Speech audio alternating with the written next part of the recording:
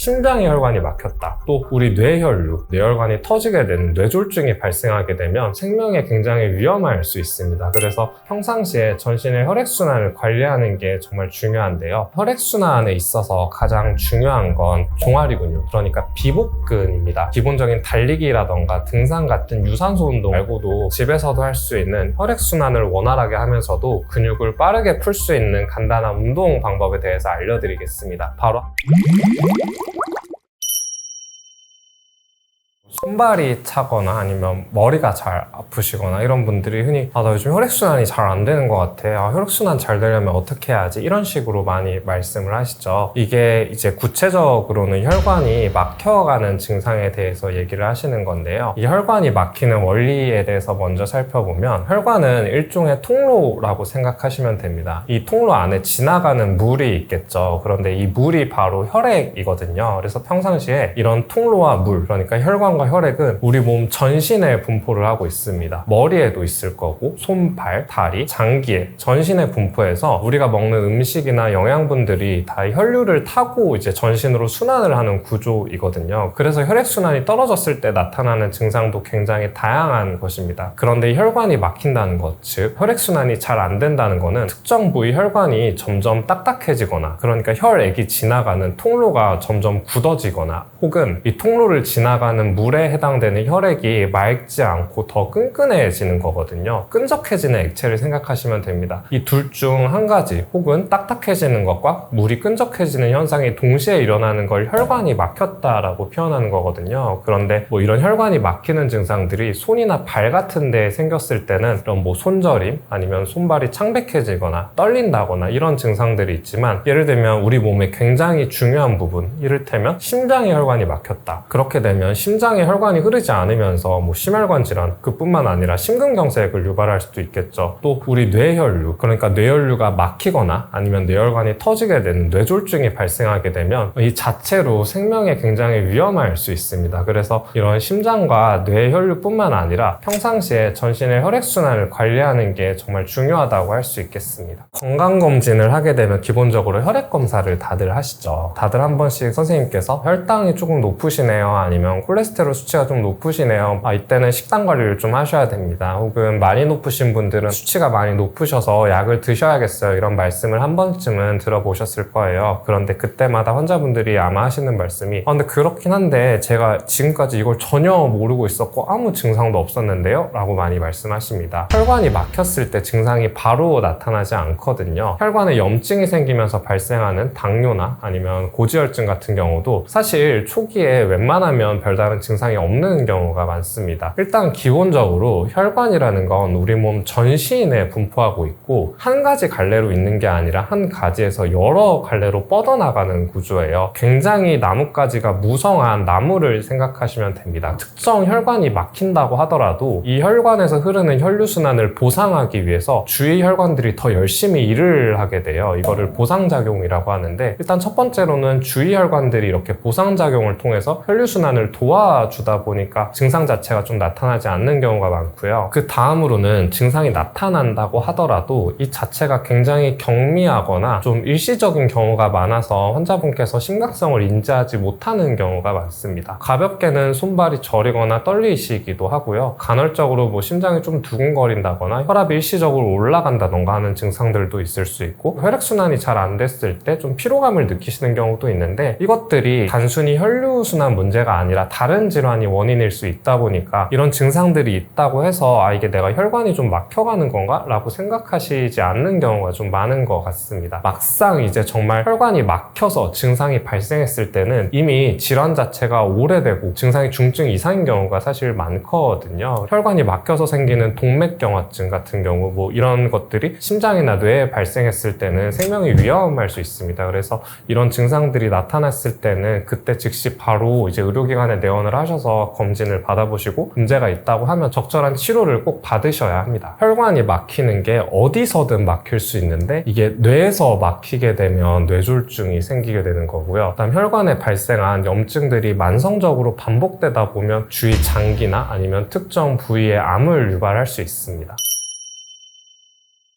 혈액순환이 잘 안 되기 시작하는 부위가 심장에서 먼 부위부터 시작되거든요. 초기에 나타나는 증상으로는 손발이 좀 저리거나 아니면 좀 감각이 이상해진다거나 이런 식으로 팔과 다리와 같은 심장에서 먼 부위에 좀 미세하게 이런 증상이 나타나는 경우가 있고요. 다음으로는 몸의 중심부 자체에서 혈액순환이 잘 안 될 때는 가슴 부위에 좀 통증을 느낀다거나 숨이 벅차거나 혹은 내가 특별히 운동을 하거나 무리를 한 게 아닌데 불안하고 좀 가슴이 두근거린다거나 이런 증상들이 있을 수 있고요. 혈액순환이 점점 안 되다 보면 약간 전신적으로 좀 피곤함을 많이 느끼게 됩니다. 피곤함뿐만 아니라 뭐 간헐적으로 좀 어지럽거나 눈이 예전보다 좀 침침해진다던가 이런 증상들도 있을 수 있고요. 특히 뇌혈류에 문제가 생겼을 때도 좀 전조 증상이 있을 수 있는데 특징적인 게 한쪽으로 약간 마비감이 오는 거거든요. 그래서 안면부, 그러니까 내가 왼쪽 혹은 오른쪽 얼굴이 감각이 좀 이상하다거나 말이 어눌해진다거나 오른쪽이나 왼쪽 팔다리 자체가 조금 움직이는 게 불편해진다던가 이런 식의 증상이 있을 때는 내가 혈액순환에 좀 문제가 있는지 검진을 받아볼 필요가 있습니다. 혈액순환에 있어서 가장 중요한 거는 첫 번째로는 음식입니다. 왜냐하면 음식을 먹으면 위장에서 이걸 분해해서 각각 성분들을 이제 몸에 공급을 해야 되잖아요. 그런데 이 과정이 이 음식을 분해하고 나서 이 미세한 영양소들을 혈류를 통해서 보내주게 되거든요. 그런데 이 혈류순환이 좋지 않게 되면 기본적으로 영양소들이 제때제때 이제 원하는 곳에 가지 못하게 되고 그 다음에 혈액을 자꾸 끈적하게 만드는 것들, 그러니까 과도한 당 성분이나 아니면 과도하게 지방 섭취를 많이 하게 되면 이런 것들이 맑았던 혈액을 계속해서 끈적하게 만듭니다. 그래서 그 자체로 혈류순환을 방해하게 되거든요. 그래서 기본적으로 이런 식단 관리를 하는 것이 굉장히 좀 중요하고, 두 번째로는 혈액순환에 있어서 가장 중요한 건 사실 다른 약이나 치료법들보다도 평상시 생활 습관이거든요. 내가 이미 혈류순환에 문제가 생겨서 당뇨약을 먹거나 고지혈증 약을 먹는다고 해서 혈류순환이 좋아지는 게 아니고 혈당만 떨어뜨리고 콜레스테롤 수치만 낮추는 것입니다. 그래서 약을 드실 때도 혹은 이런 질환이 없을 때도 평상시 생활 습관을 유지하는 것이 굉장히 중요한데요. 이런 생활 습관 중에 대표적으로 중요한 게 바로 운동입니다. 가만히 있어도 우리 몸이 혈액순환을 하긴 하는데 기본적으로는 움직여줘야 혈류순환이 잘 되거든요. 그래서 기본적인 달리기라던가 등산 같은 유산소 운동을 해서 전신 운동을 하시면 심장에서 나온 혈액이 전신으로 나갔다가 돌아오는 혈류순환 과정을 촉진시켜주는 작용이 있습니다. 사실 혈액순환에서 가장 중요한 기관은 심장이고요. 당연히 심장에서 이제 혈액순환이 시작이 되는데 우리 몸에서 혈액순환의 가장 중요한 근육이라고 하면 종아리 근육, 그러니까 비복근입니다. 이 종아리 근육은 우리가 이제 장단지 근육이라고 하죠. 그래서 근육이 주로 땅땅하게 뭉치고 또 뭐 좀 잘 붓고 부종이 있고 심한 분들은 하지정맥류가 생기시는 분들도 있는데요. 종아리 근육이 중요한 이유는 우리 몸의 혈류순환을 먼저 이해를 해보면 전신을 돌고 나서 이 혈류들이 이제 정맥을 통해서 우심방으로 들어가게 됩니다. 이 우심방에서 우심실로 혈류가 이동하게 되고 여기서 폐순환이라는 게 일어나요. 이 폐순환을 통해서 이 혈액의 산소와 이산화탄소 교환을 통해서 쉽게 말해 깨끗한 피를 만드는 거거든요. 이런 것들이 다시 심장을 나와서 전신으로 분포하게 됩니다. 그런데 혈류는 심장에 가까운 곳뿐만 아니라 전신을 순환해야 하죠. 심장을 중심으로 해서 이 심장에서 멀어지면 멀어질수록 혈류순환에서 심장이 차지하는 역할이 줄어들게 됩니다. 그래서 기본적으로 팔, 다리의 혈류순환에서 심장의 역할이 줄어들게 되는데 팔보다는 다리에서 더 그렇게 돼요. 왜냐하면 기본적으로 우리는 서서 생활을 하고 있고 중력의 영향을 받고 있기 때문에 피가 자꾸 아래로 내려가게 되고 위로 올라오는 힘이 약합니다. 이렇게 내려왔던 혈류도 다시 심장으로 올라가야겠죠. 그 역할을 하는 것이 바로 종아리 근육, 비복근이기 때문입니다. 가장 흔한 증상으로는 다리가 잘 붓습니다. 특히 오래 앉아 계시는 분들, 또 여성분들이 많이 호소하시는 증상이죠. 누구나 일을 마치고 퇴근을 하거나 아니면 저녁 시간이 됐을 때쯤 다리가 굉장히 피곤하고 부어있는 경험이 있으실 텐데요. 이게 바로 내려갔던 혈류가 심장으로 다시 돌아가지 못해서 생기는 현상이거든요. 단순히 붓는 것에서 시작해서 나중에 말초신경에 이상이 생기게 되면 다리가 저릴 수도 있고요. 다리에 감각 이상이 생기기도 합니다. 또 여기서 나아가서 손발이 찬 수족냉증도 발생할 수 있고요. 실질적으로 혈관이 많이 막히게 되면 혈류가 끈끈해지고 이 부위에 염증이 반복적으로 생기면서 혈 혈전이 발생할 수 있습니다. 그러면 실제로 이후에 혈류순환이 아예 차단이 되게 되거든요. 이런 증상들이 계속 이어져서 하지정맥류로 이어지기도 합니다. 그러면 종아리 겉에서도 혈관이 굉장히 팽창되어 있는 모습을 볼 수 있죠. 그리고 나중에 이런 증상들이 제때 조절되지 못하면 단순 팔다리 같은 말초 증상이 아니라 전신 증상으로 이어질 수 있어요. 그래서 종아리뿐만 아니라 뇌혈류 감소 아니면 심장혈류 감소 이런 식으로 전신 혈류순환이 잘 안 되면서 발생하는 만성적인 피로, 혈관의 염증, 당뇨나 고지혈증 같은 증상으로 이어질 수 있습니다. 집에서도 할 수 있는 혈액순환을 원활하게 하면서도 근육을 빠르게 풀 수 있는 간단한 운동 방법에 대해서 알려드리겠습니다. 바로 한발 들기 운동인데요. 한발 들기 운동은 종아리 근육을 이용해서 나머지 전체 체중을 지지하는 운동입니다. 이 운동은 동작 자체가 아주 간단하거든요. 한 발로 서서 까치발을 들듯이 발을 올렸다가 내렸다가 이런 식으로 반복해주기만 하면 됩니다. 한발 들기 운동 같은 경우는 이렇게 적당한 넓이로 발 넓이를 두시고, 제가 왼발부터 해볼 거예요. 이게 처음 하시는 분들은 균형을 잡는 게 조금 어려울 수 있는데, 왼발에 이제 발 뒤꿈치를 들어서 이런 식으로 몸을 올리고 여기서 5초간 버팁니다. 하나, 둘, 셋, 넷, 다섯. 이렇게 내려오고, 자 이제 오른발로 해볼게요. 다시 하나, 둘, 셋, 넷, 다섯. 이렇게 하면 이게 한 세트거든요. 이걸 5번 반복해 주시면 되고, 가능하신 분들은 한번 이렇게 올렸을 때 5초 이상 10초 정도까지 버티셔도 괜찮습니다. 그래서 오른발, 왼발 이렇게 왔다 갔다 하는 동작을 반복하시면 됩니다. 이런 간단한 운동이 혈액순환이 도움이 되는 이유는 이렇게 한 발로 올라갔다 내려갔다 하는 과정 중에 이 비복근, 그러니까 종아리 근육이 수축과 이완을 반복하게 되거든요. 이 수축과 이완을 반복하면서 아래에 고여있던 혈액이 위로 올라가는 작용을 하게 됩니다. 그래서 이 운동을 꾸준하게 하시는 것만으로도 다리의 붓기를 감소시킬 뿐만 아니라 아래에 고여있던 혈류를 개선시키고 또 전신의 혈액순환을 개선시킬 수 있어요. 또 평상시에 자극을 잘 주지 않는 종아리 근육을 인위적으로 운동을 시킴으로써 이 종아리 근육 자체를 튼튼하게 만들어서 나중에는 내가 굳이 운동을 하지 않아도 저절로 알아서 이렇게 수축과 이완을 반복해서 혈류순환을 원활하게 만들어주는 효과가 있습니다. 그런데 만약 내가 이렇게 좀 서 있는 게 어렵다, 혹은 좀 앉아서도 간단하게 할 수 있는 운동이 없냐라고 물어보시면, 이게 조금 사회적으로는 바람직하진 않는데 다리 떨기가 있습니다. 그러니까 다리를 떠는 게 사실 이제 한국 사회에서 좀 문화적으로 되게 안 좋게 보는 경향이 있는데, 다리를 떨게 되면 종아리 근육뿐만 아니라 하지에 있는 전신 근육이 수축과 이완을 하게 되거든요. 그래서 가만히 있을 때보다 혈류순환이 굉장히 좀 촉진됩니다. 그래서 보기 싫기는 한데 이게 본인의 건강을 고려했을 때는 다리를 떠는 게 좀 도움이 돼요. 밖에서 하는 게 힘들다고 하시면 뭐 집안에서 혼자 한다던가 아니면 이렇게 일하실 때 앞에 가림막이 있는 좀 책상이라던가 이런 환경에서는 다리를 떨면 혈류순환에 도움이 돼서 이 부분을 참고하셔서 응용하시면 좋을 것 같습니다. 앉은 상태에서도 비복근을 운동하는 방법이 있는데 똑같이 수축과 이완을 반복할 수 있어요. 이렇게 의자에 앉아 있는다고 하면 의자 끝에 약간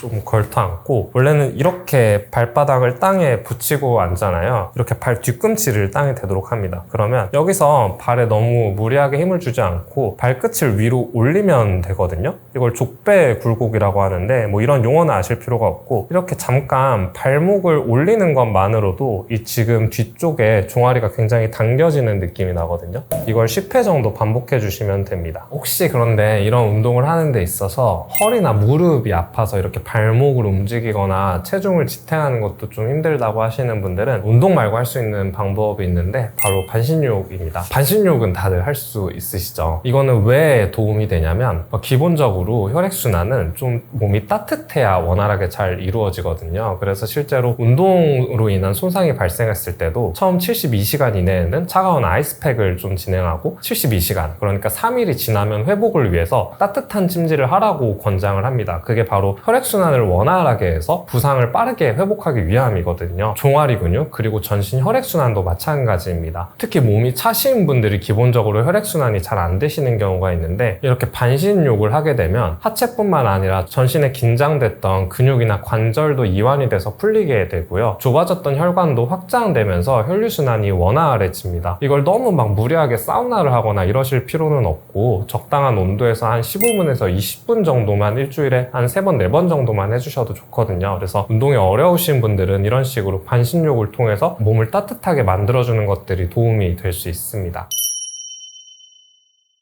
요즘 현대인들 같은 경우는 좌식 생활을 많이 하죠. 사실은 앉아있는 자세 자체만으로도 우리 혈류순환에 방해가 됩니다. 그런데 요즘은 다리를 꼬고 앉는 경우가 굉장히 많죠. 안 그래도 나쁜 좌식 생활에 다리까지 꼬게 되면 척추가 틀어질 뿐만 아니라 골반 틀림까지 발생하면서 하지 혈류순환도 저해되고 전신의 혈액순환이 저해가 되거든요. 그래서 좌식 생활을 좀 피하시는 게 좋고, 앉아 계실 때는 너무 장시간 앉아있는 것보다는 적어도 30분에서 1시간에 한 번씩은 일어나서 간단하게 스트레칭을 하거나 몸을 푸는 자세를 해주시는 게 좋고요. 그 다음으로는 앉아있을 때 자세도 굉장히 중요한데, 앉아있을 때 보통 이렇게 우리가 뭐 책을 본다거나 이렇게 모니터를 보는 경우가 많으니까 나도 모르게 이런 식으로 몸이 점점점 앞으로 나가는 경우가 굉장히 많습니다. 이렇게 되면 일자목이나 거북목도 생기고 등도 굽게 되거든요. 그래서 앉아 계실 때는 기본적으로 엉덩이를 이렇게 등받이 자체에다가 붙이시고 앉으셔야 되고, 시선을 이렇게 밑으로 내리는 게 아니라 항상 이렇게 정면을, 제가 지금 카메라를 보듯이 보셔야 돼요. 혹은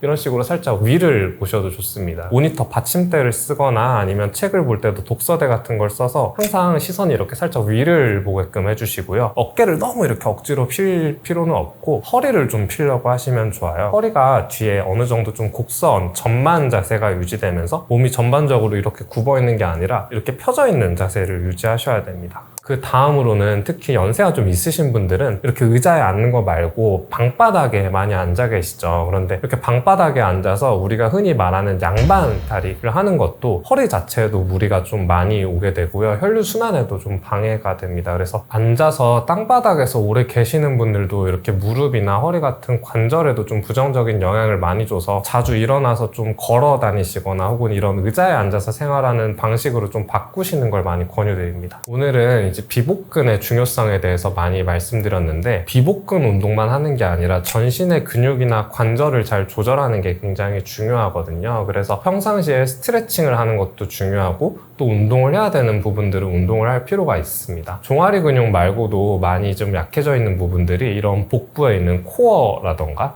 아니면 등 부위 근육들, 엉덩이 근육 같은 곳들이 현대인들은 굉장히 약해져 있거든요. 그래서 좀 내가 체력이 되신다, 운동을 좀 하신다 하시는 분들은 스쿼트라던가 아니면 헬스장에 가시면 이런 식으로 이렇게 팔을 내리는 동작을 하는 랩풀다운이라는 등 운동이 있는데, 그런 식으로 등 근육 운동 하시는 거, 또 복부 운동이라고 하면 너무 어려워 하시는데 막 복근을 너무 만들려고 하시기보다는 기본적으로 복식 호흡을 하는 것만으로도 뭐 복직근이나 복행근 같은 복부에 있는 코어 근육들을 운동시킬 수 있습니다. 그래서 호흡, 운동 이런 것들을 병행하시는 것도 굉장히 중요하고, 반대로 너무 긴장이 되어 있는 근육들도 많이 있거든요. 대표적인 것들이 이런 목어깨에 위치한 상부 승모근이나 아니면 흉쇄 유돌근 같은 근육들, 이런 데들은 스트레칭이나 마사지를 충분히 해줘서 이완을 시켜 놓으면 단순히 비복근 운동을 했을 때보다 이렇게 전신 근육이 스트레칭과 운동을 통해서 조절이 되면 다리뿐만 아니라 전신 혈류순환이 개선되는 효과를 얻을 수 있습니다. 또 이런 운동을 하면서 충분하게 수면을 취하는 것, 또 스트레스를 조절하는 것, 또 영양 섭취를 충분하게 해야 이런 근육들이 잘 이걸 섭취를 해서 다시 강해질 수 있거든요. 그래서 단순히 뭐 하나의 운동 이런 것들보다는 여러 가지 요소들을 같이 조절하시는 게 굉장히 중요합니다. 제가 오늘은 혈액순환의 가장 중요한 운동인 종아리 근육 운동에 대해 소개해드렸는데요. 혈액순환이 안 되는 원인들은 무수하게 많이 있지만, 제가 볼 때 많은 분들이 좀 활동이 많이 떨어지시거나 아니면 본인에게 맞지 않는 운동을 하고 계시면서 오히려 건강이 좀 안 좋아지는 경우가 많이 있는 것 같습니다. 그래서 이런 비복근 운동이 사실 누구나 할 수 있는 아주 쉬운 운동이거든요. 그리고 혹시 이것도 어려우실까봐 이걸 운동을 못 하시는 분들을 위해서 앉아서 하는 뭐 다리 떨기 라던가 혹은 운동이 어려우신 분들은 반신욕을 하는 방법에 대해서 알려드렸습니다. 나의 생활 환경이나 아니면 건강 상태에 따라서 이런 혈액순환을 관리할 수 있는 방법들이 얼마든지 있으니까 오늘 영상을 보시고 그냥 지나치지 마시고 꼭 내가 할 수 있는 방법들을 한 가지라도 선택을 해서 꼭 따라해 보시면 도움이 되실 거라고 생각합니다.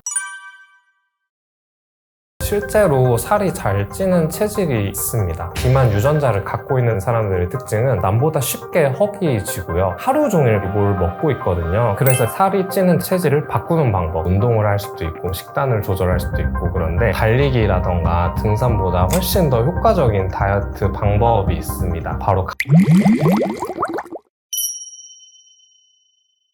요즘 특히 여름이 되니까 다이어트에 관심이 많으시죠. 그런데 다이어트와 더불어서 특히 요즘은 운동하시는 분들이 정말 많은 것 같아요. 뭐 달리기를 하기도 하고 테니스를 치기도 하고 골프를 치기도 하고 뭐 여러 가지 운동을 한 가지씩은 하고 계시는 것 같습니다. 내가 운동을 해서 살을 빼야겠다고 생각하시는 분들이 굉장히 많으신 것 같은데, 사실 살을 빼는 것만 놓고 봤을 때는 다이어트를 할 때 중요한 거는 식단이거든요. 식단이랑 운동이 어떻게 더 중요하냐고 물어본다고 하면 식단이 9, 운동이 1의 비율로 9대 1로 식단이 거의 대부분을 차지한다고 생각하시면 됩니다. 실제로 살이 잘 찌는 체질이 있습니다. 이런 사람들이 흔히 내가 조금만 먹어도 살이 찐 것 같고 부은 것 같다라고 말씀하시고, 이런 걸 주위에 얘기하면 그냥 너가 많이 먹어서 그런 거야 이런 얘기를 듣곤 하는데, 예전에는 그런 식으로 받아들여졌는데 요즘은 연구를 하다 보니까 실제로 이렇게 살이 잘 찌는 비만 유전자를 갖고 있는 사람들이 따로 있다는 것으로 밝혀졌거든요. 이런 비만 유전자, 그러니까 살이 잘 찌는 체질을 가진 사람들의 특징은 남보다 쉽게 허기지고요, 또 포만감을 잘 느끼지 못합니다. 이렇게 똑같은 음식을 먹었을 때 이거를 대사하는 능력도 현저하게 떨어지게 되거든요. 쉽게 표현하면 먹는 거는 잘 먹는데 쓰는 거를 잘 못한다는 거죠. 이거는 성격적으로 뭐 게으르다거나 아니면 의지력이 없다 이런 뜻으로 얘기하는 게 아니라, 실제로 몸 자체가 음식을 먹었을 때 이걸 자꾸 쓰지 않고 저장하려는 경향이 있다라는 것입니다. 그래서 이런 비만 유전자, 그러니까 살이 잘 찌는 체질이 있는지에 대해 연구를 하기 위해서 일란성 쌍둥이를 대상으로 연구를 많이 해왔거든요. 그래서 예전부터 지금까지 이런 쌍둥이에 대한 연구들이 굉장히 많은데, 비교적 최근인 2022년도에 미국 워싱턴 주립대학교에서 70쌍의 일란성 쌍둥이를 대상으로 조사를 했습니다. 그런데 이 쌍둥이들을 조사를 해보니까 평상시 생활 습관, 활동력, 운동 여부에 따라서 체중뿐만 아니라 다른 것들까지 현저히 차이가 난다는 게 밝혀졌거든요. 평상시에 어느 정도로 활동을 하는지, 걸어 다니는지, 운동을 하는지, 아니면 엘리베이터만 타고 뭐 대중교통만 타고 이런다든지, 이런 생활 환경에 따라서 비만도에서는 당연히 차이를 보였고요. 또 운동을 많이 하고 활동을 많이 한 쌍둥이는 그렇지 않은 쌍둥이, 그러니까 많이 먹고 덜 움직이는 쌍둥이에 비해서 체중도 적고, 또 당뇨라던가 고지혈증, 이에 나아가서 시간이 지났을 때는 심혈관 질환이나 뇌졸중 발병 위험에서도 차이가 난다는 게 밝혀졌습니다. 그러니까 살이 잘 찌는 체질이 있다라고 하더라도 나의 생활 습관을 어떻게 가져가냐에 따라서 건강의 척도가 달라질 수 있다는 것이죠. 위에 연구를 보면 나의 라이프 스타일이 비만을 유발하는 유전력을 이길 수 있다는 것이거든요. 그러니까 살이 찌는 체질을 바꾸는 방법, 이 라이프 스타일을 바꾸는 방법은 크게 세 가지 정도가 있습니다. 첫 번째는 식단을 바꾸는 것인데요. 여기서 식단을 줄이는 게 아니고 바꾼다는 것이 굉장히 중요합니다. 그러니까 내가 살을 빼겠다고 해서 단순히 막 극단적으로 탄수화물을 섭취하지 않거나 아니면 매일 닭가슴살만 먹거나 이런 것들은 살을 뺄 수는 있지만 사실 건강한 측면에서 보면 바람직하지 못하거든요. 또 그렇게 다이어트를 극단적으로 했을 때 따르는 부작용들도 굉장히 많습니다. 그래서 식단을 바꾸라고 많이 표현을 하는데요. 예를 들면 내가 평상시에 백미, 흰쌀밥 같은 것들을 많이 먹었다고 하면 이런 것들을 현미나 아니면 다른 통곡류 같은 복합 탄수화물로 바꾸는 것이 좋고요. 다음으로 고기 같은 것들도 내가 삼겹살을 많이 먹는다고 하면 목살을, 등심을 먹는다고 하면 안심을, 이런 식으로 섭취하는 단백질의 종류도 바꾸는 것이 좋습니다. 다음으로는 특히 현대인들 같은 경우는 평상시에 채소 섭취가 부족하다 보니까 식이섬유가 부족한 경우가 굉장히 많거든요. 이 식이섬유를 섭취하는 이유는 우리 장내 미생물의 환경을 개선하기 위함인데, 비만 유전자를 결정하는 가장 중요한 요인, 그러니까 비만 유전자가 있어도 이게 발현이 될지 안 될지를 정하는 게 바로 장내 미생물입니다. 이런 장내 미생물 환경을 개선하기 위해서 유산균을 섭취하고 이런 것들도 굉장히 좋지만 평상시에 식이섬유가 풍부한 채소 같은 것들을 섭취하는 것이 굉장히 중요하고요. 두 번째가 운동인데요. 아까 다이어트를 할 때 이제 살을 빼기 위해서 운동을 하면 안 된다고 말씀드렸는데, 운동은 나의 체질을 바꾸는 데 있어서 더 중요합니다. 이게 어떤 말이냐면 내가 어떤 식으로 활동을 하는지에 따라서 우리 몸이 그걸 따라가려고 하거든요. 예를 들어서 비만 유전자 입장 혹은 세포의 입장에서 봤을 때 내가 매일 움직이지 않고 집에만 가만히 누워있고 어떤 뭐 활동을 특별히 하지 않는다, 이러면 이런 사람들은 기본적으로 에너지를 사용할 일이 많지 않습니다. 이게 하루 이틀이 아니라 몇 주, 수개월 이렇게 이어지다 보면 우리 몸은 자동적으로 에너지를 쓸 일이 없으니까 그냥 먹으면 좀 저장을 해놔야겠네 라고 인식을 하게 되거든요. 그렇게 생활 습관이 굳어져서 점점 살이 더 찌는 체질로 바뀌게 되는 겁니다. 그런데 운동을 하게 되면 그 자체로 칼로리를 소모하는 것도 의미가 있긴 하지만, 그것보다는 운동을 꾸준히 함으로써 우리 몸이 에너지를 좀 좀 많이 쓰는 타입이구나, 이걸 먹었을 때 저장을 하지 말고 바로 쓸 수 있게 준비를 해야겠다고 인식을 해요. 똑같은 음식의 양을 섭취했을 때도 운동을 하는 사람과 운동을 안 하는 사람은 지방으로 전환되는 비율이 현저하게 차이가 나거든요. 단기간에 막 엄청나게 막 운동을 많이 하고 이러라는 뜻이 아니라 적어도 일주일에 3번에서 5번 정도 꾸준하게 운동을 하는 것이 이런 몸이 에너지를 쓸 수 있는 몸 상태, 즉 살이 덜 찌는 체질로 바뀔 수 있게 도움을 굉장히 많이 줍니다. 세 번째로는 수면과 스트레스인데요. 다이어트를 할 때 잠을 잘 자는 것과 스트레스를 조절하는 것도 굉장히 중요하거든요. 기본적으로 수면이 부족하고 스트레스를 많이 받으면 이 자체로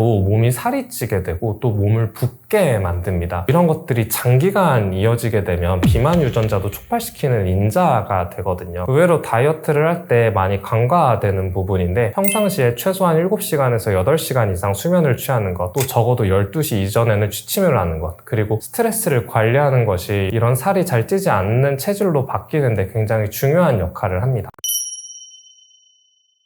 다이어트 방법이 굉장히 여러 가지가 있죠. 뭐 운동을 할 수도 있고 식단을 조절할 수도 있고, 그런데 달리기라던가 등산보다 훨씬 더 효과적인 다이어트 방법이 있습니다. 바로 간헐적 단식인데요. 저는 간헐적 단식이 요즘 현대인들에게 아주 좋은 다이어트 그리고 또 건강을 유지하는 데 도움이 되는 식단이라고 생각합니다. 그 이유를 말씀드리면요, 보통 사람들은 평상시에 항상 뭘 먹고 있는 경우가 많습니다. 아침에 일어나서 뭐 이제 간단하게 아침 식사를 하시고, 또 뭐 일을 하기 전에 아니면 점심시간 전에 간단하게 뭐 간식 같은 걸 좀 드시고요. 그 다음 이제 12시에서 1~2시 사이에 식사를 하시고, 요즘은 뭐 당 떨어졌다 이런 말이 유행이다 보니까 식사를 하시고 또 간단하게 음료수나 디저트 같은 걸 드십니다. 그렇게 또 시간이 지나서 저녁을 먹고 중간중간에 과자를 먹거나 과일을 먹거나 이런 식의 식습관 문화가 형성이 돼 있는데, 이게 한국인들의 약간 문화적인 특성이 섞여 있는 것 같은데, 우리가 사람들한테 잘 지냈냐고 할 때 밥은 먹었어 뭐 이런 식으로 많이 표현하시잖아요. 또 부모님 입장에서 자식이나 손주가 왔을 때 이렇게 밥을 좀 많이 챙겨주려고 하고 이런 식의 문화가 좀 있습니다. 물론 그 마음은 굉장히 소중하지만 따지고 보면 하루 종일 거의 뭘 먹고 있거든요. 우리 몸이라는 건 적당히 공복 시간도 가져야 되고 적당히 음식을 먹는 시간이 구분이 돼야 됩니다. 그런데 공복 시간을 가지지 않고 계속 먹기만 하면 이 자체로도 살이 찌는 원인이 될 수 있고, 살이 찌는 것뿐만 아니라 여러 가지 질환을 일으킬 수 있거든요. 간헐적 단식은 인위적으로 공복 시간을 만들어주는 방법입니다. 공복 시간을 만들어줌으로써 소화기관의 부담을 줄이고 음식 섭취를 제한하고 염증을 줄이고 다른 여러 가지 효과들이 있거든요. 간헐적 단식 중에서 가장 중요한 효과는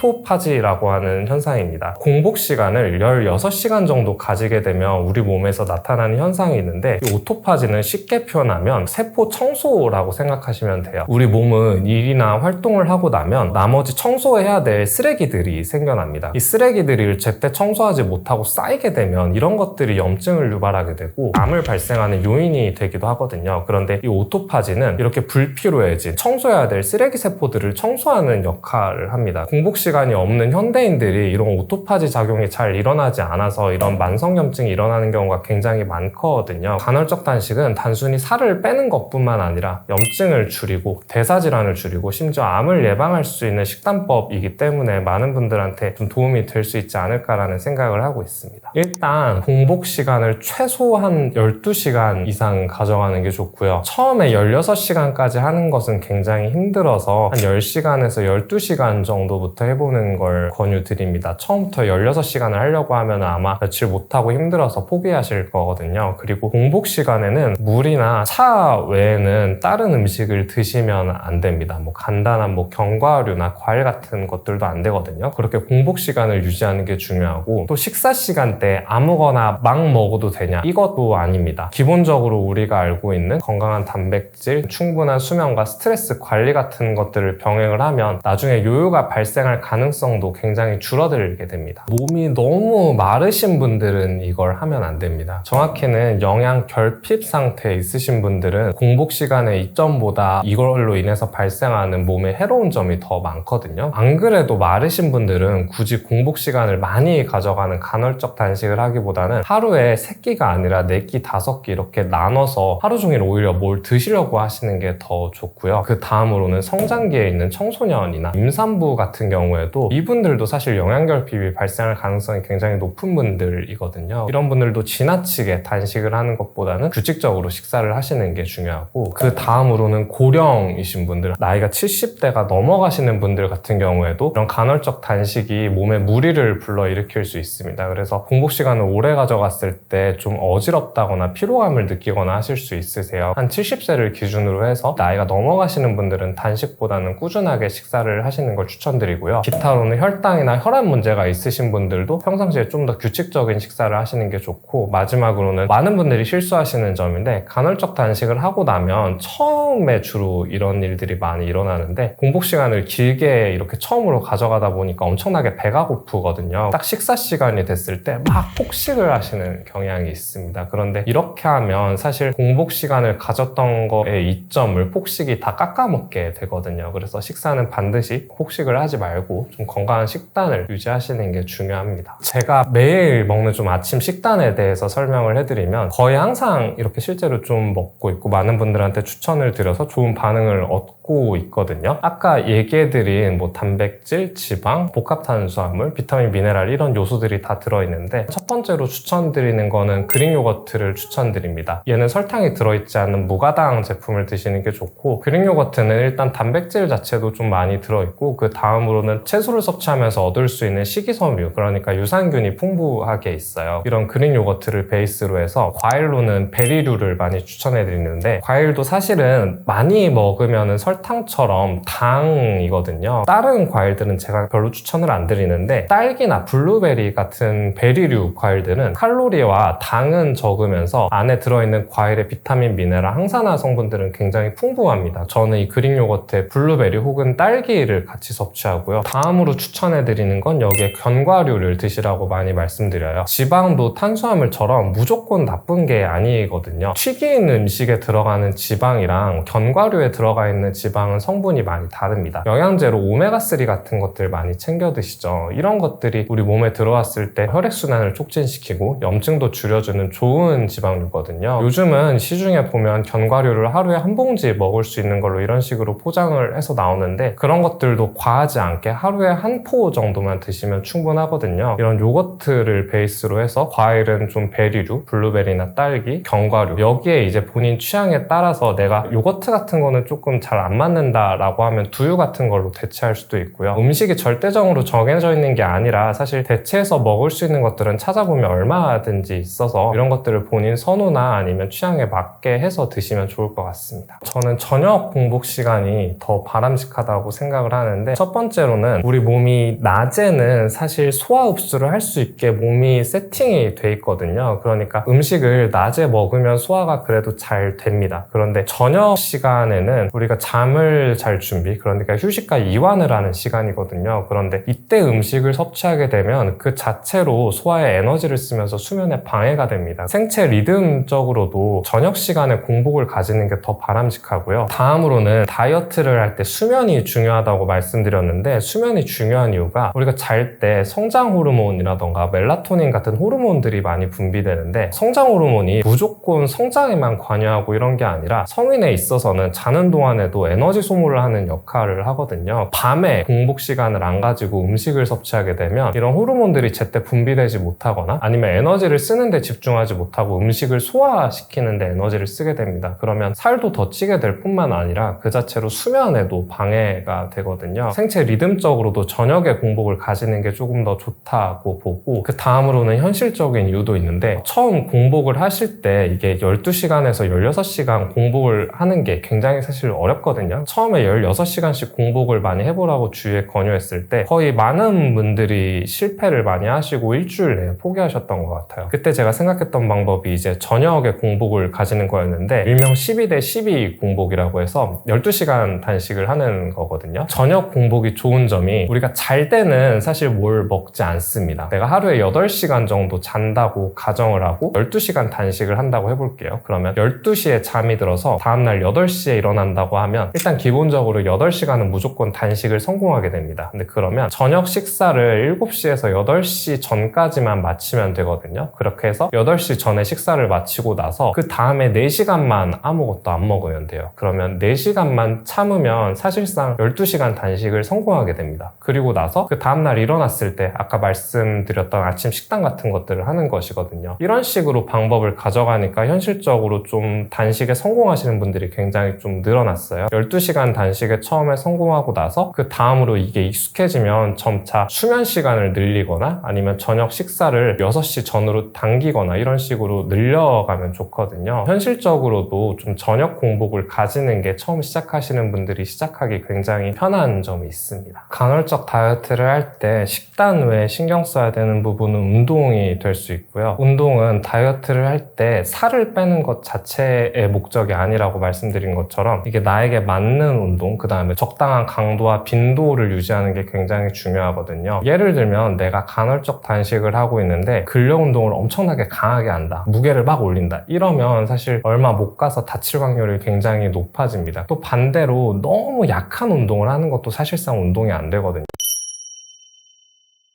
많은 분들이 걷기 같은 운동을 하시고 저 운동을 했어요 라고 말씀드리는데 사실 이거는 걷는 거지 운동은 아니거든요. 그러니까 건강을 유지하기 위해서 하는 운동은 걷기 이상의 강도와 빈도를 요구하고 있습니다. 사람마다 기본적으로 가지고 있는 운동 수행 능력이나 체력이 좀 다양하긴 하지만 일주일에 3번 이상, 적어도 150분 이상 운동을 하는 것을 권장드리고 있고요. 간헐적 단식을 하면서 운동을 할 때는 적당한 유산소 운동, 좀 살을 빼는데 유리한 운동들을 하시면 좋아요. 가벼운 달리기 같은 것들도 좋고요. 계단 오르기, 등산, 수영 이런 운동들을 적당한 강도로 좀 병행을 하시는 게 중요합니다. 관절에 대해서 먼저 말씀을 드리면 당장 이렇게 관절에 통증이 있고 불편하신 분들은 당연히 이런 달리기 같은 운동들을 하시면 안 되고, 만약 내가 뭐 움직이는데 문제가 없는데 관절염이 생길까봐 달리기를 못한다 이러시는 분들은 사실 그냥 운동을 하셔도 됩니다. 많은 연구들에서 달리기를 비롯한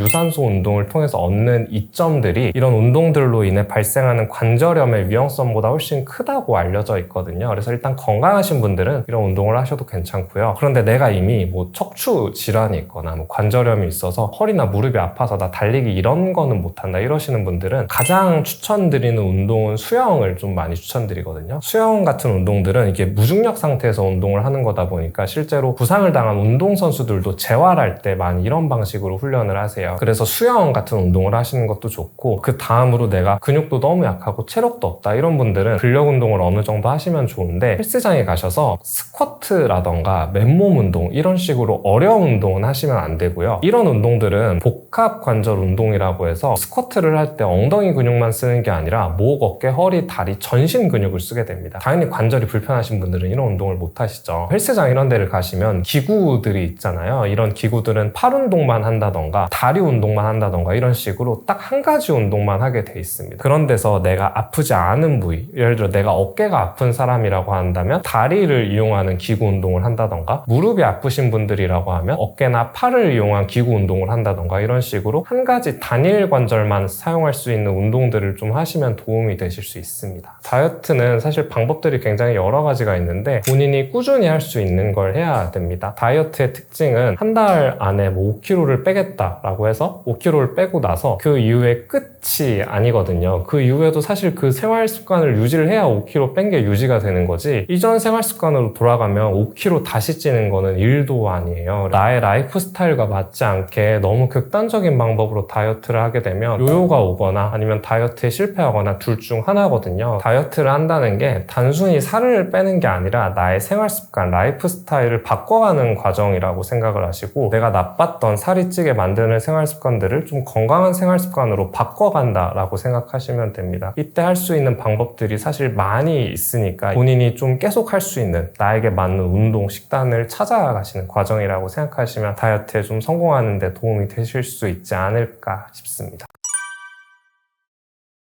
제가 실제로 만나는 많은 환자분들이 두통이 엄청 심하다거나 목 어깨가 딱딱하게 뭉치거나 혹은 정서적으로 불안하고 짜증나고 굉장히 다양하고 복잡하게 나타나고 뇌 MRI를 찍어보고 또 위내시경을 해보고 많은 검사를 했는데도 원인이 없다, 왜 아픈지 알 수 없다, 이런 말씀을 들으시거든요. 그런데 이런 것들이 사실은 자율신경 실조증이 있을 때 이런 증상들이 나타나게 됩니다. 치료에 있어서 가장 중요한 생활 습관이 바로 음식인데요. 그때 제가 가장 추천을 많이 드리는 음식이 두 가지가 있는 계피와 입니다. 매일 꾸준히 드시면 이렇게 해서 2-3개월 정도 지났을 때 내가 가지고 있던 증상들이 좀 좋아지시는 경험을 하실 수 있을 거예요.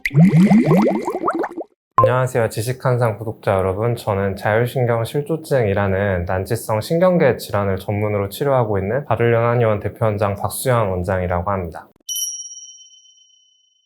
제가 실제로 만나는 많은 환자분들이 어떤 증상들이 굉장히 심한데 이 병원을 가도 저 병원을 가도 특별히 원인이 나오지 않는 경우가 많으세요. 원인이 없다, 왜 아픈지 알 수 없다, 스트레스 때문이다, 이런 말씀을 들으시거든요. 그런데 이런 것들이 사실은 구조적인 문제가 아니기 때문에 검진 결과가 없는 것이고 기능적인 문제로 인해 발생하는 것일 수 있습니다. 그래서 이런 질환들은 자율신경이 원인일 수 있거든요. 자율신경 실조증이라는 질환에 대해 이해를 하기 위해서는 자율신경계가 뭔지 알아야 됩니다. 말 그대로 자율신경이란 자율적으로 알아서 조절하는 신경계입니다. 예를 들면 심장 박동을 우리가 의식적으로 뛰려고 하지 않아도 심장은 알아서 뛰고 있죠. 밥을 먹고 소화를 시킬 때도 마찬가지로 의식하지 않아도 소화 과정은 알아서 저절로 됩니다. 이처럼 생명 유지에 필요한 필수적인 기능들은 우리가 의식해서 하는 것이 아니라 저절로 이루어지거든요. 이런 것들을 자율신경이라고 합니다. 자율신경이 조절하는 대표적인 기능으로는 심장 박동, 호흡하는 것들, 아니면 소화, 체온 조절 같은 것들이 있는데요. 이런 것들은 여러분들이 생각해 보시기에 내가 의식적으로 하지 않아도 몸이 알아서 스스로 작동하는 것들입니다. 그래서 이 자율신경에는 두 가지가 있어요. 바로 교감신경 그리고 부교감신경입니다. 교감신경은 우리 몸이 스트레스를 받거나 위기 상황에 이거에 대처하기 위해서 흥분을 하는 신경인데요. 교감신경이 항진되게 되면 쉽게 표현하면 우리 몸이 긴장하는 상태가 되고요. 반대로 부교감신경은 우리가 휴식할 때나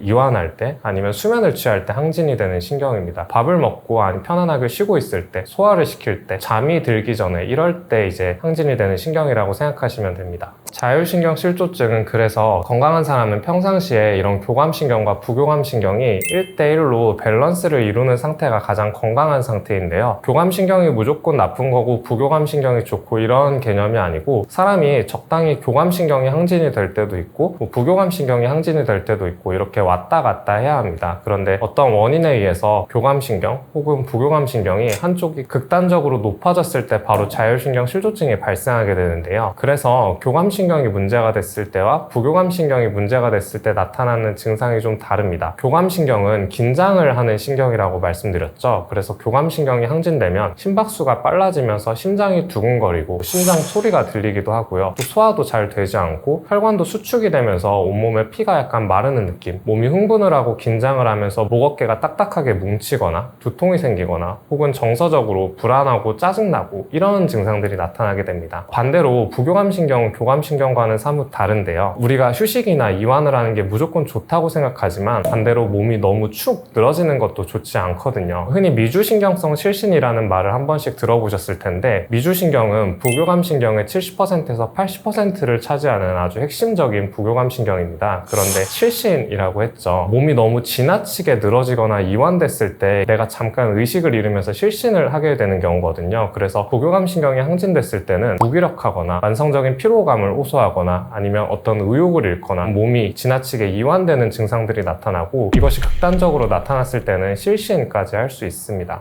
자율신경계가 문제가 되는 환자분들은 기본적으로 굉장히 몸이 예민해진 상태라고 보면 됩니다. 선천적으로 예민하셨던 분들도 있고 또 그렇지 않았던 분들도 있는데 보통 사람들의 예민도가 이 정도 된다고 보면 이 자율신경계가 문제가 되시는 분들은 예민도가 한 이 정도 돼 있거든요. 그래서 조금만 외부에서 스트레스나 자극을 받아도 굉장히 강하게 반응합니다. 자율신경 실조증에 걸리게 되면 내가 일단 가지고 있었던 원래 만성적인 증상들이 심해지는 경우가 많아요. 보통 건강한 사람도 반면도 가끔씩 뭐 소화불량이 생길 수 있고 두통이 생길 수 있고 정서적으로도 짜증나거나 불안하거나 우울할 수 있거든요. 그런데 자율신경계가 많이 안 좋아지게 되면 이런 증상들이 엄청나게 극심하게 나타나는 경우가 많고, 또 한 번 나타났을 때 굉장히 오랫동안 지속이 되는 특징이 있습니다. 또 이런 두통이나 어지럼증, 피로 이런 증상들이 단 한 가지만 나타나는 게 아니고요. 최소한 3가지에서 5가지 이상, 저에게 찾아오시는 환자분들 중 어떤 분들은 자신의 증상이 이렇게 너무 많아서 뭐라고 말씀하실지를 모르겠다고 하셔서 이렇게 A4 용지 같은 데 빼곡히 적어 오신 분도 계셨어요. 30가지는 되지 않았을까 싶거든요. 그런 식으로 증상이 굉장히 다양하고 복잡하게 나타나고, 이런 것들이 전신적으로 나타난다는 특징이 있습니다. 그리고 이런 증상들이 일관적으로 나타나는 게 아니라, 내가 예를 들면 머리가 잠깐 아팠다가 또 다음날은 어지러웠다가 또 그 다음에는 만성적으로 막 피로감이 심했다가, 이런 식으로 증상이 엄청나게 왔다 갔다 하세요. 그리고 특히 이제 외부 자극, 스트레스, 음식, 또 환경의 변화, 이런 것들이 몸에 들어왔을 때 증상이 심해지게 됩니다. 그래서 여성분들 같은 경우는 월경 주기에 따라서 증상이 심해지시기도 하시죠. 일반적인 증상들에 비해서 자율신경계 이상이 있으신 분들은 이런 특징들이 있다고 할 수 있습니다. 일단 자율신경 실조증이 처음에 증상이 발생하게 되면 그때는 막 증상이 좀 강하게 나타나거든요. 그러니까 잠도 엄청나게 잘 안 오게 되는 불면증을 겪게 되고, 머리도 많이 아프고 목 어깨나 허리에 척추 통증을 느끼기도 하고, 이런 식으로 증상이 강하게 나타납니다. 환자분들도 내가 어디에 이상이 있나 보다라고 인식을 하시죠. 그런데 자율신경 실조증이 어느 정도 진행이 돼서 만성화가 되면 증상이 있었다가 없어졌다 하는 한 중간 단계의 과정을 거치게 되거든요. 그래서 이때 특징이, 내가 좀 스트레스도 좀 덜 받고 관리도 하고 이러면 좀 괜찮아지는 것 같다가, 조금만 자극을 받으면 이내 증상들이 다시 심해졌다가, 이 과정을 수없이 반복합니다. 그래서 환자분들이 병원에 갈 생각을 잘 안 하시는 게, 내가 아플 때는 진짜 좀 심각한 것 같고 그래서 막상 병원에 갔더니 또 검사상 이상은 없다고 하시고, 그리고 또 언제 또 시간이 좀 지나다 보면은 언제는 증상이 좀 없어지고 내가 건강해진 것 같고, 이렇게 과정을 계속 거치게 돼요. 그런데 이런 증상들이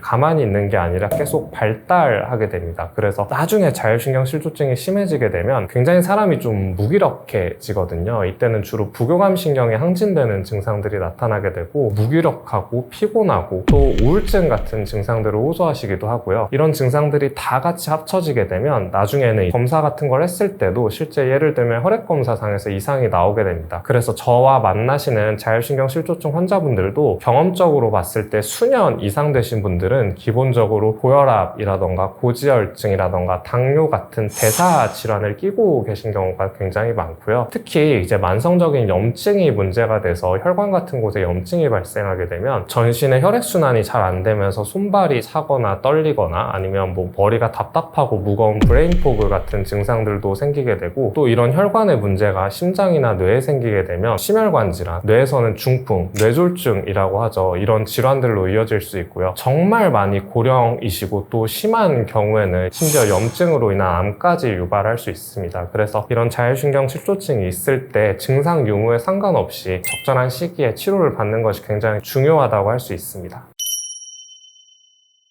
자율신경 실조증 치료에 있어서 가장 중요한 생활 습관이 바로 음식인데요. 음식이라고 하시면 환자분들이 뭐 제가 다이어트를 하는 것도 아닌데 음식이 뭐가 중요해요? 이렇게 여쭤보시는데, 우리가 먹는 게 사실 우리의 건강과 직결이 되거든요. 어떤 음식을 먹느냐에 따라서 내 자율신경을 더 건강하게 만들 수도 있고, 안 그래도 예민한 내 몸을 더 예민하게 만들 수 있습니다. 그때 제가 가장 추천을 많이 드리는 음식이 2가지가 있는데요. 바로 계피와 대추입니다. 계피에 대해서 먼저 설명해드리면, 계피는 특유의 향과 맛이 나죠. 그래서 사람마다 계피가 들어간 음식에 대해서 호불호가 갈리기도 합니다. 계피의 주성분은 신나말데하이드인데요. 이 신나말데하이드가 바로 그 계피의 향과 맛을 내는 성분이라고 생각하시면 됩니다. 근데 이 신나말데하이드는 체내에 들어가면 일단 항염증 작용을 해요. 만성적으로 염증이 있으신 분들에게 도움이 되고요. 특히 혈액순환이 잘 안 되는 분들이 계피를 드시면 혈류순환이 촉진이 되는 효과가 있습니다. 손발이 차신 분들, 아니면 뇌혈류가 부족해서 머리가 답답하거나 두통이 있으신 분들, 이런 분들이 계피를 드셨을 때 증상이 좀 좋아지는 효과를 볼 수 있고요. 특히 교감신경이 항진되면서 우리 몸이 전반적으로 수축하고 긴장하게 되는데, 그때 바로 우리 혈관도 같이 수축을 하게 되거든요. 그렇게 교감신경이 항진됐을 때 계피를 복용하게 되면 그럼 항진된 교감신경이 어느 정도 진정되는 효과가 있습니다. 두 번째로는 대추인데요. 정말 흔하게 들어본 식품이자 약재이죠. 대추의 주성분은 사포닌과 플라보노이드입니다. 대추는 기본적으로 항산화 물질이 굉장히 풍부하기 때문에 면역력이 떨어지고 피곤하고 힘이 없고 무기력할 때 드시면 도움이 많이 돼요. 이런 성분들 덕분에 평상시 많이 무기력하시거나 피곤하실 때 이런 대추를 드셨을 때 몸에서 힘도 좀 나고 의욕이 생기는 효과를 보실 수 있고요. 특히 이런 대추의 주요 성분들이 몸의 면역력을 끌어올려주면서 전반적으로 부교감신경을 활성화시켜주는 효과가 있습니다. 그래서 계피와 대추는 주성분이 다르지만 대체적으로 자율신경계가 안정화되는 데 도움이 되는 식품이기 때문에 제가 범용적으로 좀 많이 드시라고 추천을 드리는 음식 두 가지입니다. 거의 모든 환자분들은 이 두 가지를 드실 때 따뜻한 차로 드시면 좋습니다. 이렇게 따뜻한 차로 먹는 것의 이점은 여러 가지가 있는데요. 일단 기본적으로 요즘 뭐 아이스 아메리카노라던가 또 더운 여름이다 보니까 찬 음식들을 많이 찾게 되시는데, 일단 따뜻한 물을 먹는 것 자체만으로도 우리 몸이 좀 진정되고 이완되는 효과가 있어요. 그래서 굳이 계피나 대추가 아니더라도 어떤 허브티 같은 것들을 드셨을 때 좀 마음이 편안해지고 차분해지는 경험들을 다들 한 번씩 해보셨을 겁니다. 그리고 그 다음으로는 따뜻한 차로 마시게 되면 기본적으로 천천히 먹게 되거든요. 이 차를 바로 급하게 드시는 분들은 거의 없으시잖아요. 흡수를 빠르게 하지 않고 천천히 복용을 해서 몸 안에서 효과가 오래 지속되도록 하는 특징이 있습니다. 그 다음 세 번째로는 이 계피나 대추 같은 것들도 본인이 잘 안 맞거나 그러신 분들이 계실 텐데, 다른 것들과 섞어서 먹을 수 있다는 점이에요. 취향에 따라서 뭐 계피와 생강을 같이 먹을 수도 있고, 뭐 대추와 계피를 같이 먹을 수도 있고, 대추와 감초를 섞어서 차로 드실 수도 있습니다. 그래서 기본적으로 차로 드실 때는 여러 가지 성분들을 복합적으로 포함을 시켜서 드실 수 있는데, 이런 자율신경 실조증이라는 질환 자체가 워낙 증상도 사실 복잡하고 원인도 복잡하기 때문에 단순히 내가 뭐 소화불량이 있다고 해서 소화제를 먹거나 두통이 있다고 해서 두통약을 먹거나 이런 식으로 치료를 하는 게 아니거든요. 증상이 복잡한 만큼 이렇게 식단 같은 것들을 관리를 하실 때도 여러 가지를 좀 두루두루 복용할 수 있다는 장점이 있기 때문에 이렇게 차로 드시는 걸 추천드리고 있습니다.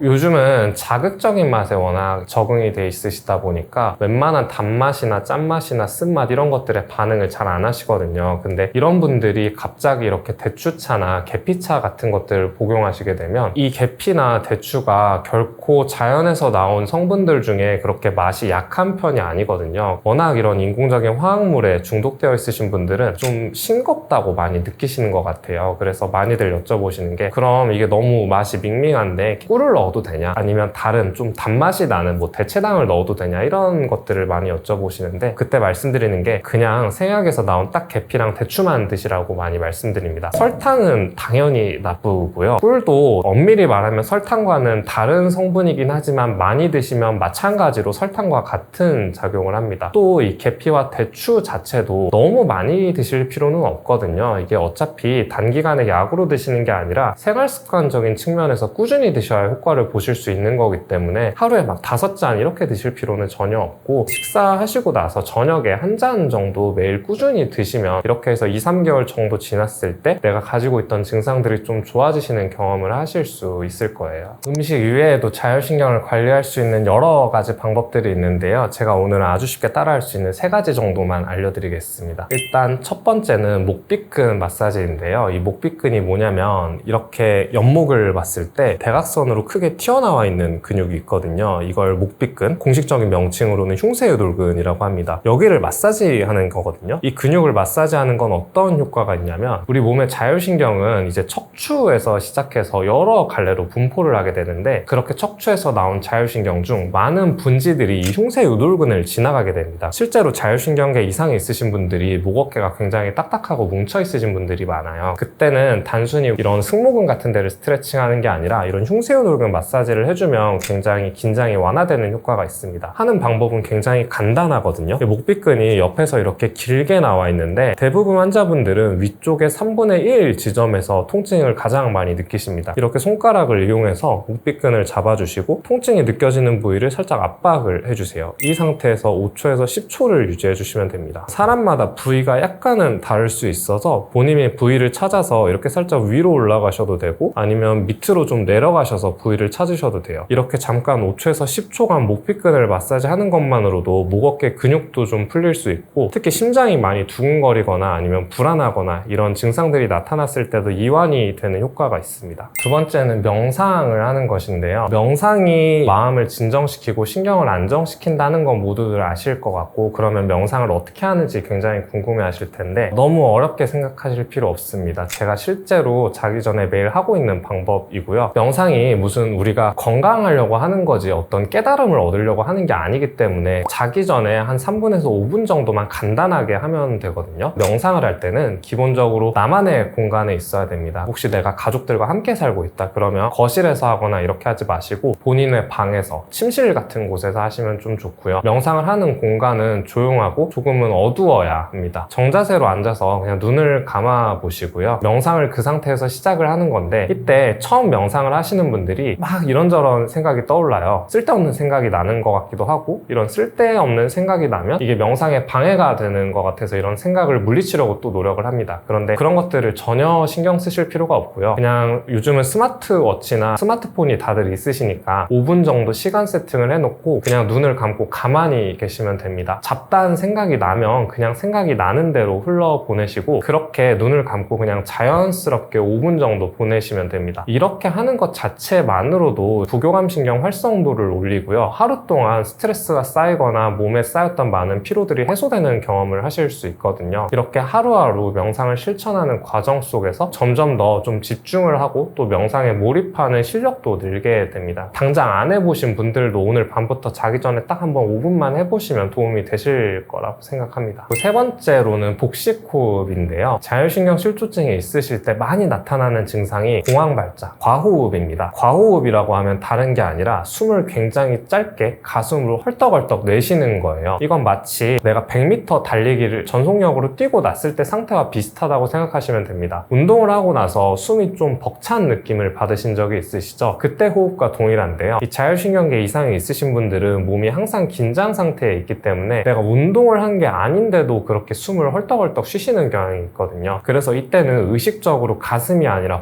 복부로 호흡하는 연습을 할 필요가 있습니다. 복식호흡은 어떻게 하면 되냐면 왼손은 가슴 정중앙에 두시고요. 오른손은 배 위에 올려놓습니다. 그러면 내가 숨을 이렇게 가만히 들이마시고 한번 내쉬어보세요. 이렇게 내셨을 때 내가 오른손보다 왼손이 많이 움직이시는 분들은 복식호흡이 아니라 흉식호흡을 하고 계시는 분들입니다. 그래서 앞으로 호흡을 하실 때 이 왼손은 전혀 움직이지 않고 오른손만 위로 이렇게 올라갔다 내려갔다 하는 호흡을 하시면 되는데요. 그때 호흡을 어떻게 하냐면 5초간 코로 천천히 들이마시고 잠깐 배를 볼록하게 채웠다가 다시 7초간 후 하고 천천히 내쉬는 것입니다. 제가 한번 해볼게요.